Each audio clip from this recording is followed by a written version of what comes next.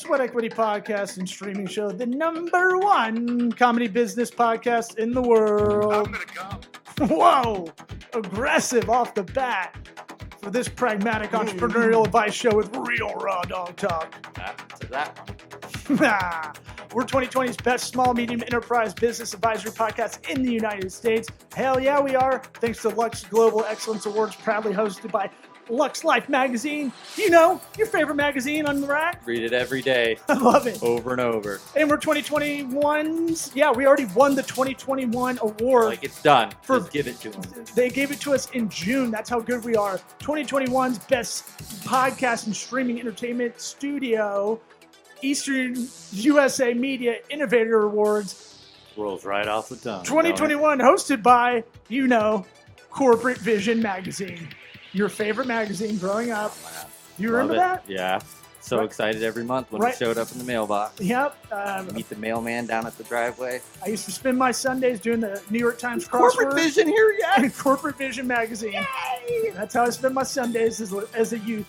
Hey, listen to us on iTunes, Apple Podcasts, Spotify, your mom's Walkman, all the things podcasts are listed on. This episode with the CEO that matches up CEOs with investors at Aspire360.io, Eleanor Haglund.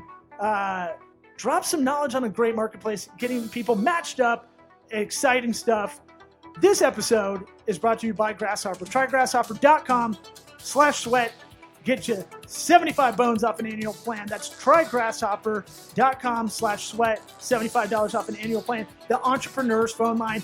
Add a second line to your device. Your celly. Don't have two cell phones like a drug dealer in the 90s. Try grasshopper.com/sweat. 75 bones off an annual plan. That helps you. That helps us. Pick your vanity number if you want a phone number that says something funny or not. Yeah. Get one 69, 420, whatever. Get a 1-800 number or get a local area number. It's all good. Try grasshopper.com/sweat, like Montez Sweat, like Keith Sweat, like Sweat Equity. $75. That is an eighth of weed. What? An eighth and a weed. eighth and a half. What is that? I don't know. What is that? Hurry. That is 5.25 grams. Yeah. We're giving that back to you. Probably. So when you smoke that weed, think of us. Let's get this party started. Howdy toddy. What about my sweat equity? Sweat equity. Sweat equity. My sweat equity. My sweat equity.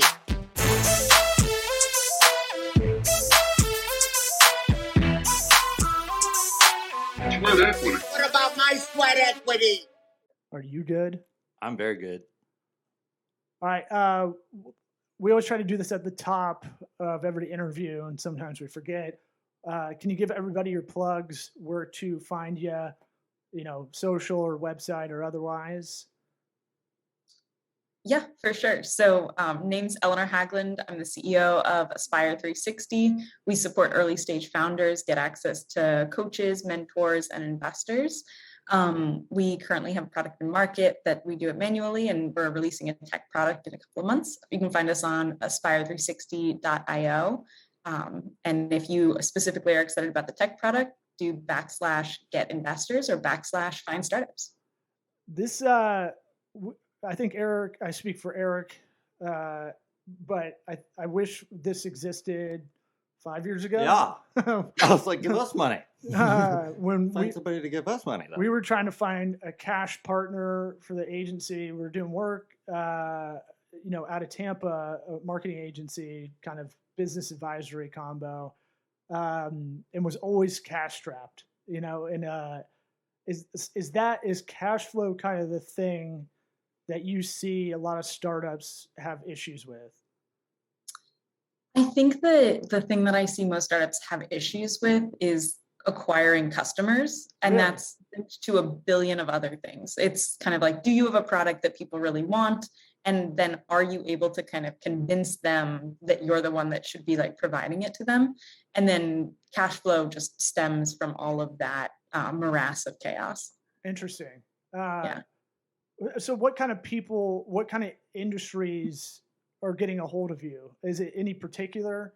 I know it's the peer-to-peer kind of marketplace. of Mhm. sorts, or community, I should say. Yeah. Oh, I didn't know that. Yeah. And so what kind of industries is it? Are you finding is a lot of soft skill kind of industries, professional services, or is it what are we talking? Yeah. What kind of CEOs are on there? For sure. So we tend to see a lot of your standard tech startups. So kind of that definitely pre-revenue, and maybe even pre-funding towards, and from there to like Series A. So folks that you would see kind of traditionally going to Silicon Valley, that you'll find across the US and across the globe, in that early stage. Why do you want to start this? This seems like a behemoth. This sounds like you need exactly what you're pushing out, because the idea seems very ambitious. I love it. Yeah. I mean, We could start a business that makes up these businesses to make up other business. Just keep piggybacking on the back end. It's like startup inception. Yes, exactly. Oh, nice. You put it perfectly, Eleanor. Yeah. It's we're in the business of doing business kind of thing. Yeah. It's real meta. So what's your why for this? Because every kind of startup or every kind of idea, we always talk about it. You have to be a little crazy to have something that's kind of call it disruptor, for lack of a better term. I know that's kind of a bit overused, but just by me. I don't even know what it means. I just say it a lot. She says it all the time. I just go, a business. I'm not looking it up. Entrepreneur, and then say disruptor a lot. It's like a Mad Libs for my life, so people think I know what I'm talking about. But for this, it seems it's giving me. I'm getting sweaty thinking about it being in your shoes, trying to figure this out, and I don't know why. Maybe I'm just sweaty. It's just hot in here. I mean, our why was really, my co-founder and I have been through starting businesses multiple times. My co-founder sold businesses to IBM, to CGI, and we just wanted to make the startup process in the really early, hard stage easier for other people. Because for me, it was really hard. For a lot of early stage founders, you hit a lot of walls, and the people and the resources that got me through, I felt very privileged to have access to them, and I wanted to make sure that everyone could access them and use them and solve problems, and then kind of move on so that like we could all solve more problems together. That's the why. That's the big mission. Okay. So how small do you go when it comes to startups and all that and getting funding? That was my next question. Yeah. We're in sync. Yay! Woo! Anyways. The smallest we've gone is like single founders that have like no revenue and like an idea and a passion. And that's probably the earliest that we've worked with people, but I don't know how you get any earlier than that. Yeah. $0. So they're $0. Okay. 0 people. I think you'd have to get to the friends in college who are like, bro, let's open a bar. We should open a bar, Find man. those guys. Yeah, that's got to be before ideation of a legit thing, right? Either every guy in college is like, bro, we drink a lot, we go out a lot. Mm-hmm. We should open a better bar. It's like I would never go into business with you owning a bar. Wait, scratch that idea. I got a bad idea. I got a better one. Well, how about we do a t-shirt company? Sure. We're funny, dude. We can drop ship it. Ours is going to be different, though. It's going to be a lot different. Ours is going to be unique. Yeah, we're going to have ones that say start up and go, right? And it's going to have an arrow, but like That's a cool arrow. But it'll be cool the way we do it. In tank tops that are form fitting. None of this like Hanes beefy tee kind of stuff. Yeah, that's us. So if anybody's listening, like this seems like the best kind of area to kind of have a knowledge, like a knowledge base, because. Look, entrepreneurship, we talked about it a lot on this program. It's isolating. It's lonely. And whether you purposely, even if you try to not make it that way, no one really understands what you're going through. Is that where the entrepreneurial coaching, maybe kind of specialty you might have, kind of comes into play? Yeah, that's definitely part of it. We've seen, so in two places, kind of we definitely encourage folks to have a co-founder, just because it's easier when you have another person by your side to address all of those hard problems. But the mastermind groups that we run, they're usually about 8 to 12 founders per group, and that does help with the feelings of isolation, because every couple of weeks everyone comes together and they're like, this is my problem, my life is falling apart, we're not making revenue, like the whole world is a disaster. And the guy next to you, or rather on Zoom, the guy next to you in the panel on Zoom is going to be like, yeah, my life's also falling apart, but you know what, I had your problem 2 months ago, here's what I did, maybe you can try that.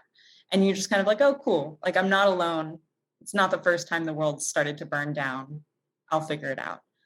So it is much less isolating when you have that group that you can go to. Yeah, I think group talk therapy. I mean, look, you have no one to talk to. I think that's like the dirty secret of being an entrepreneur is it sounds cool, but anything that is actually like kind of like that, you're just like, there's got to be some yin and yang to it. And look, I failed at that because I couldn't get, my life in order, work life wise, because I was always trying to figure out the next thing and not taking that breath. And really this podcast is a little bit of it but to talk it out. But, I feel like every client we had, they were like, oh, thank God, I can really just lay it all out there. Yeah. Yeah. That's interesting. You said you encourage people to have a co-founder. Mm. Do you have the original person? You say, are you the 51? They're the 49? Are you pushing 50-50? It's just surprising to me that you want to bring somebody else in. I mean, if it wasn't the original plan. Eric always thinks in operating agreements, so he's trying to figure that part out if he's meeting someone.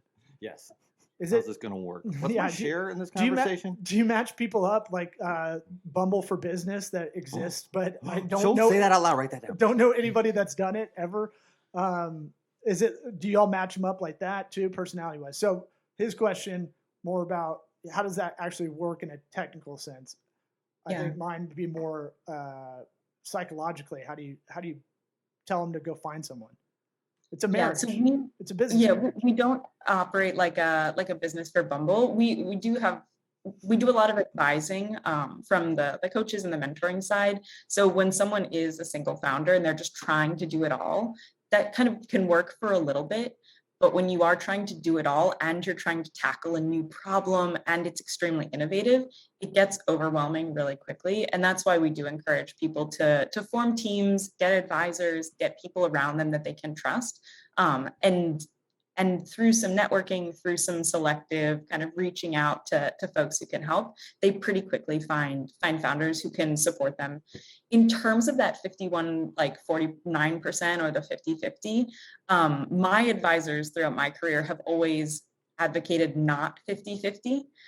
Because there always has to be some sort of decision maker, and you don't want to be figuring out who the decision maker is during the heat of the moment. You really want to decide, like, at the end of the day, like everyone should, like, their voice should be heard and everyone should be collaborating. But at the end of the day, someone's got to make the decision.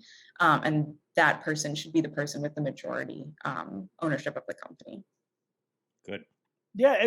And that on the, like, I think a lot of people that would listen to that would be like, well, I'd want the 51%. You don't have to make it across the board, A, and then B, you can switch that off depending on how you make an agreement. So, if it's a financial thing, this founder has even years and odd years. Or that. Yeah. You could do-si-do. You could switch it up. Write whatever you want in the contract. The weird thing, the counterintuitive part of it is like, any entrepreneur listening to that would go, well, I want the 51% across the board. If anything, if I've got the idea, I came up with it, really. But it also, what you don't see is the unintended consequences. What happens when your decision sucks, right? And your partner's like, hey, I told you. Right. You have more. You have that power for the straw vote if you are kind of a collaborative or kind of decision making or managerial style. But it's. I think it's almost important to kind of break up, okay, what are you strong at? You have straw vote on that. I have straw vote on all of this. How does that, man, I got a lot of questions. My brain's like, stay on track. Keep it between the buoys. I don't know what you want to know. Well, I've got like 50 questions. They're like, ask me, ask this one, ask one. Well, just ask one. Okay. How about can you tell us a success story? Sure. Yeah. Or a bunch of them. We like stories. Story time. Tell us a story. Yeah, I'm happy to tell a couple success stories. So I have two. So one is a founder came to us and was kind of interested in pivoting their business. They were going through a time of change. They worked with one of our coaches, pivoted their business, picked a different industry, and then raised several $1 million. So that was a really great success story. And then another one most recently was one who worked with one of our coaches in the sales and marketing area. They were really incredible technology and great for everything. It's one of those I have a utility tool and I really can address anything, but then like, what are you addressing and who are you going after first? And one of our coaches helped them focus, pick one, and now they're just like racing in healthcare and just doing absolutely fantastically. They have a bunch of incredible contracts. And then just one other thing to add to your point earlier about like that straw vote. I think that the biggest thing about those contract negotiations where you're like 51, 49 is not really the number, but genuinely that you're having those conversations and like trying to have those hard conversations early when people aren't mad and you're not like losing money and the world isn't falling apart, because you really do get a sense of the person when you do have to put it in writing and it is legal. It does raise the stakes a bit and it makes people feel a little bit of the pressure, but not so much of the pressure where your whole company could fall apart and everything could go wrong. Yeah. It's how do y'all make money? How does this work? Do y'all get equity on some of this? This should be our first question, I guess. Yeah. Every time. How do you make money? How do you do it? We don't know how to do it. No. How do you? Do y'all have a VIG on this? How does that work? A percentage of something, or yeah? Where's y'all's unique value that you're bringing to the table? Let's go meta. We're in the dream within the dream. I want to know. Sure. I want to know that. Yeah. Fuck yeah, man. I'm inceptioning your inception. But I'm in the snow level, man. How do y'all operate? How does this work? Like you seem like you have I'm getting a vibe of very altruistic by nature. If I had to kind of figure you out with just this little bit of meeting, I feel like you don't get into this unless you have part of that aspect of you. Is that true?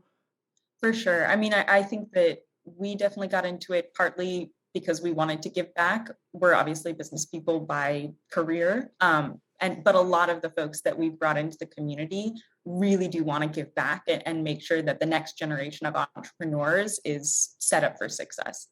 But we do make money. We offer our services in kind of like a monthly subscription.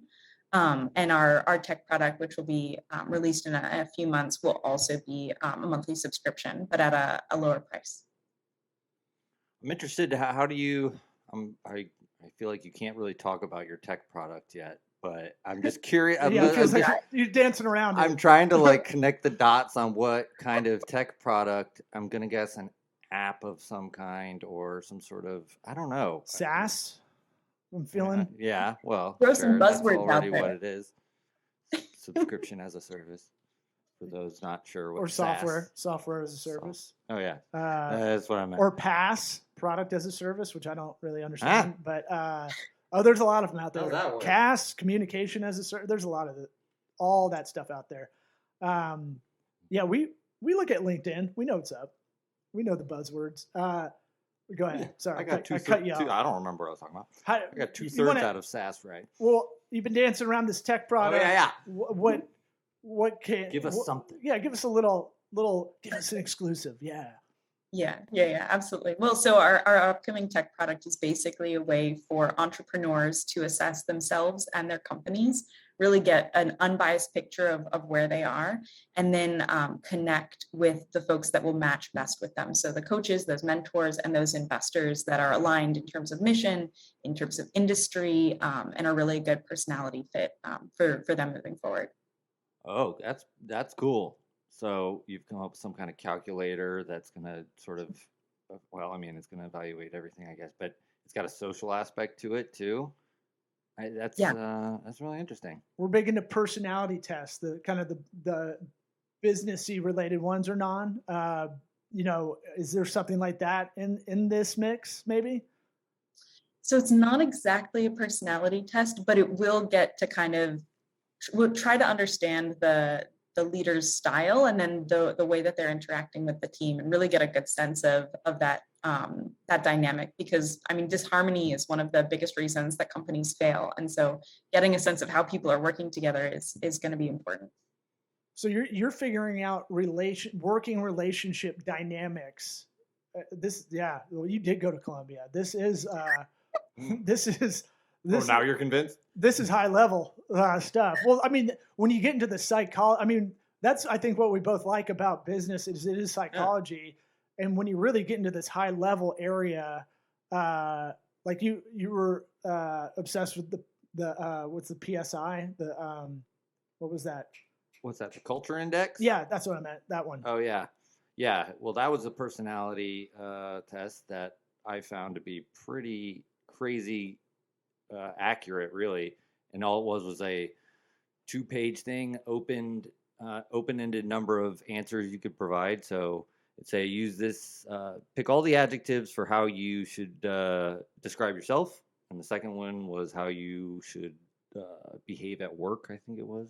And between those two things, they spit out a report, and they have a whole system where they match up people who, you guys would work together because you're more outgoing or more autonomous, or, if you're doing an app like that, I would definitely consider some sort of aspect that has like a statistical, like, I don't know. I mean, that one was really cool. I mean, I still think about it. Like, I don't really mess with it anymore, but like, I'll be like, oh, yeah, I'll apply that stuff to the people I meet. It's interesting. Are you talking about the predictive index, PI? This is called the culture index. The culture index. Okay, so they're different. I mixed up the two because there's too many acronyms in the world now. It's true. Yeah. I blame finance for all of that. But yeah, with the culture index, if I said exactly what the model employee I should be, and I said I am that, does it just, if everything was checked off the same on both, would it just blow up? No, I mean, like fail. Well, no, there was like an ideal personality. What if I'm like, I am the ideal? Yeah, then it'll spit at. I am me. It'll spit back you mean for your own thing? Yeah. Well, then that's you putting in because you're the one picking, as a business owner, you're picking what that position looks like from 19 personality types. Yeah. So you say, I like these 3 different kinds of people, and then people take the test, comes back, and will provide a percentage match for like how close they are to that personality type that you're looking for as the ideal. Gotcha. Okay. All right. Okay. So let's go back. So you have this product coming out. You got a timetable. What are we talking? And I love tech stuff called products now. I still can't. I'm still an old man about it. I'm like, if it ain't in my hands, and I don't know, it could be it's not tangible. I just like that the tech world slowly started calling stuff products. Yeah. After a while, and now we just have to take it. I've been taking it. But it truly does exist between a product and a service in a way. So, a product sounds cooler. Anything else you can tell us about your upcoming product timelines? What I want to put in my iCal. I want to follow up. Yeah, we're going to be releasing a beta in the next 2 to 3 months.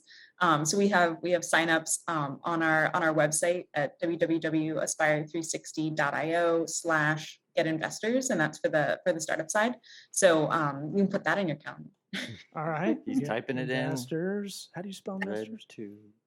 Red2. So I'm going to sign up for sure because you guys have been featured in Forbes, Smart Hustle, Ambitious Entrepreneur, and Founders Forge. So Yep. I know that because of the humble brag bar. You can read it. Yeah. I love the humble brag bar. Yeah. Well, we used to call it a credibility bar because everybody on a website, they want to see that something's proven, right? So it's like For sure. a lot of law firms were kind of a niche for us, and it was like, hey, put those badges mean something, right? Like you won best DUI attorney or something like that. Put it up there. So we call it like every site, every piece of marketing needs that credibility factor. So you guys pass our design test, like you cared. What else are we not asking? I guess what makes it. I don't know of anything that exists like this. I guess my thing, what makes me kind of sweaty thinking about it, is how do you create a ClickBank style marketplace where you have this demand and this supply on either side? How does that work? How have you been sourcing people?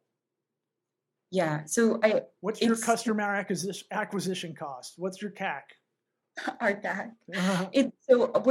We've currently been operating under kind of referral, word of mouth, especially for the beta. We want folks that are like really, really passionate, and those people tend to come from referrals from friends of friends and people in our network. So that's how we've been doing it currently. We're getting a lot of interest when folks post in Slack groups and post on their social media. So it's been a very community focused endeavor so far. And someone told me that we have to like focus and go after like one side of the market and then go after the other. And so we picked one. We were like, the entrepreneurs won't come until the investors come. Correct. And so we got like a big tranche of investors signed up, and we were like, that's awesome. Okay, now let's focus on the entrepreneurs. And then we like saw a big jump there, and we were like, now we need more investors. And so it's just kind of like we keep jumping from one side to the other, just trying to keep it balanced as we keep going. I'm sure the investor side was much harder to get those guys than it is the people with ideas. Well, from our side, we think there's probably a scarcity of those kind of investors. Is it just us not knowing that whole side of it? Because if we're on either side, we're definitely on the startup entrepreneur side and get that aspect of it. But I feel like I've never really researched how many people are out there wanting to kind of have a focused investment in something like this. Is there more than we probably realize out there? There are actually a lot more than you would think, because I think there are a lot of stories about kind of the no's that people get in kind of pitching their companies. And you have to meet with a lot of investors before you get even like your first yes or even your first maybe.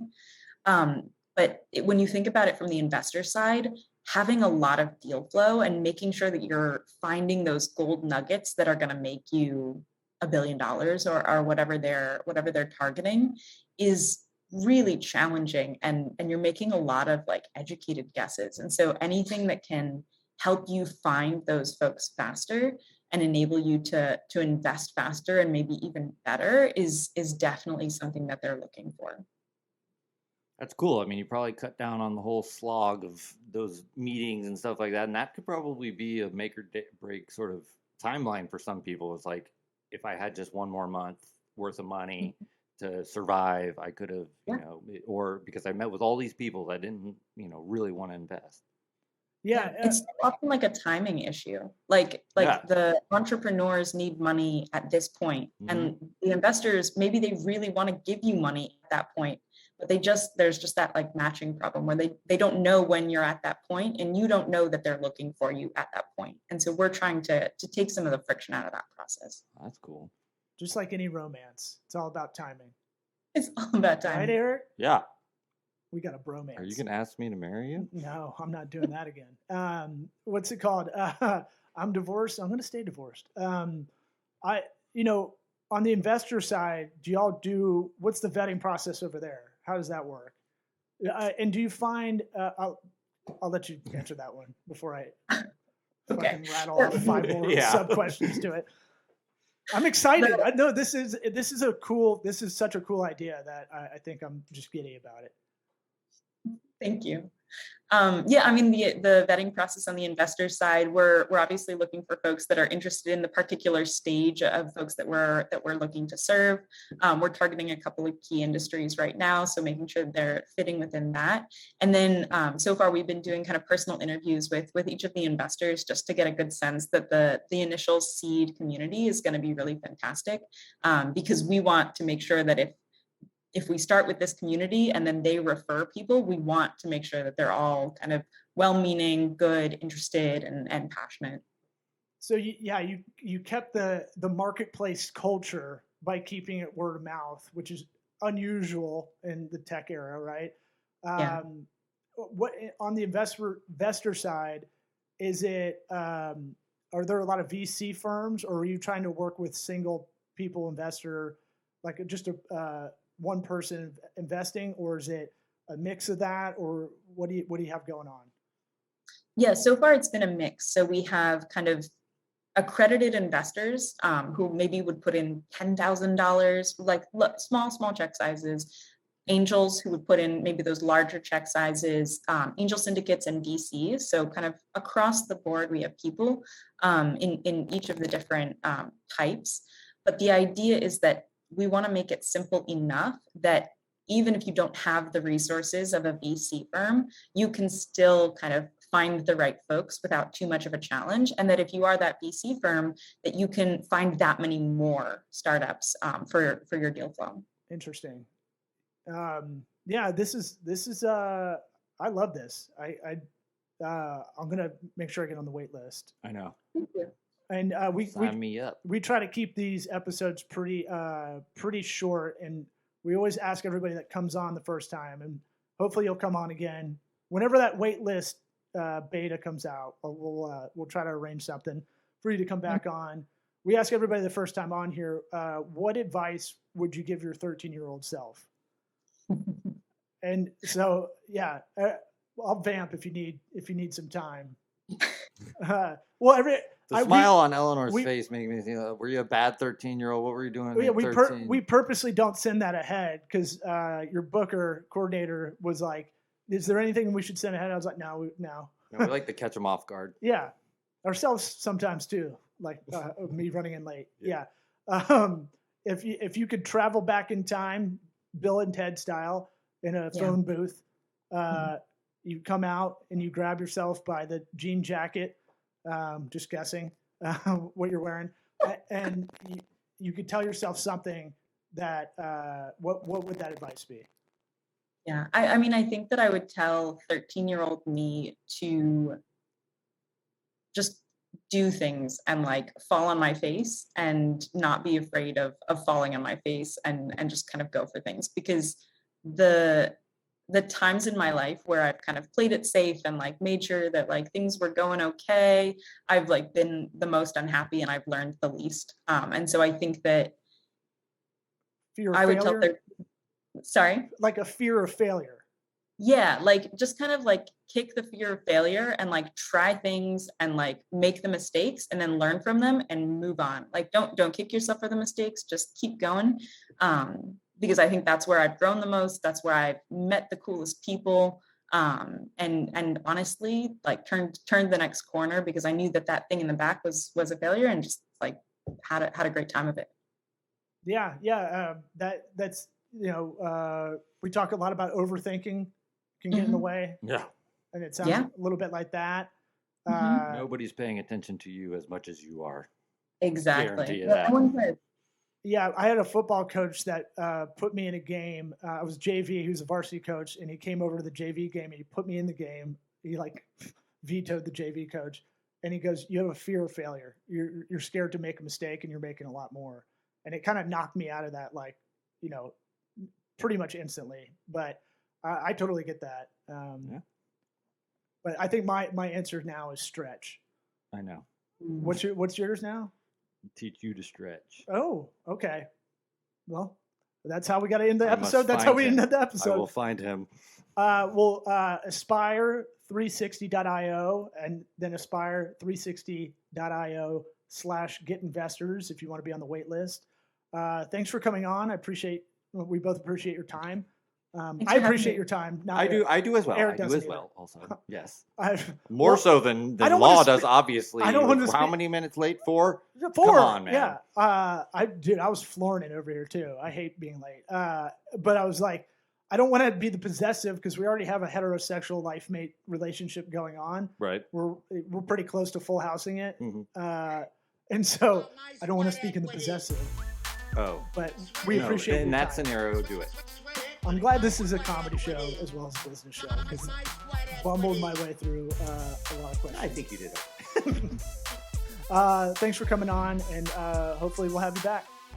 Absolutely. Thank you so much. See ya.